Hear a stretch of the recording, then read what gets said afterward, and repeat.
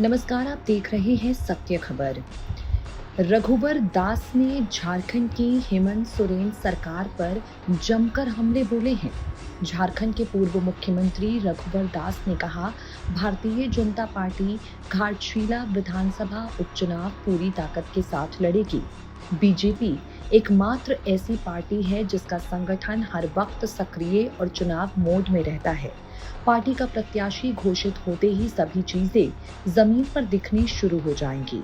रघुबर दास ने प्रदेश अध्यक्ष की नियुक्ति के सवाल पर कहा, संगठन बेहतर फैसला लेगा और कोई कार्यकर्ता ही इस जिम्मेदारी का नेतृत्व करेगा।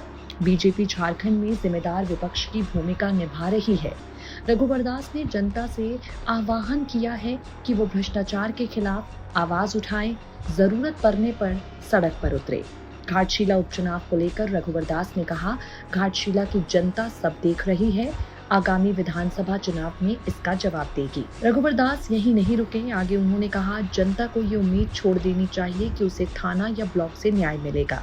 जिस तरह होटल में जाने पर एक मेनू चार्ट मिलता है, उसी तरह झारखंड सरकार ने भी हर थाना ब्लॉक का रेट जारी कर दिया है। जब कोई भुगतान कर आएगा तो वो उसकी भरपाई करेगा या फिर जनता की फरियाद सुनेगा। फरियादी को साफ कह दिया जाता है कि अपनी मन की करेंगे, क्योंकि हम भुगतान करने के बाद यहाँ आए हैं। हेमंत सोरेन सरकार पूरी तरह से कमीशन खोरी और करप्शन में डूब चुकी है। रघुबर दास यही नहीं रुके, आगे उन्होंने कहा, जमशेदपुर ही नहीं पूरे राज्य में अपराधियों का शासन है, चाहे वो हत्या करने वाले हों, कोल माफिया हो, पत्थर माफिया हो, शराब माफिया हो, चाहे बालू माफिया हो। इसके बाद रघुबर दास ने कहा, जो सरकारें चल रही हैं उसे माफिया चला रही हैं। बालू सिंडिकेट, पत्थर सिंडिकेट, कोयला सिंडिकेट जब सत्ता चलाएंगे तो पुलिस का नहीं, सरकार का भी इंकलाब नहीं दिखेगा। सिंडिकेट वालों को सरकारी संरक्षण प्राप्त है। इस सिंडिकेट को सरकार खुद चला रही है, भ्रष्टाचार को खुला समर्थन दे रही है। यही स्थिति रही तो झारखंड में अपराधी हावी हो जाएंगे। हेमंत सोरेन सरकार की हर गतिविधियों पर जनता नजर रख रही है, समय आने पर माकूल जवाब देगी।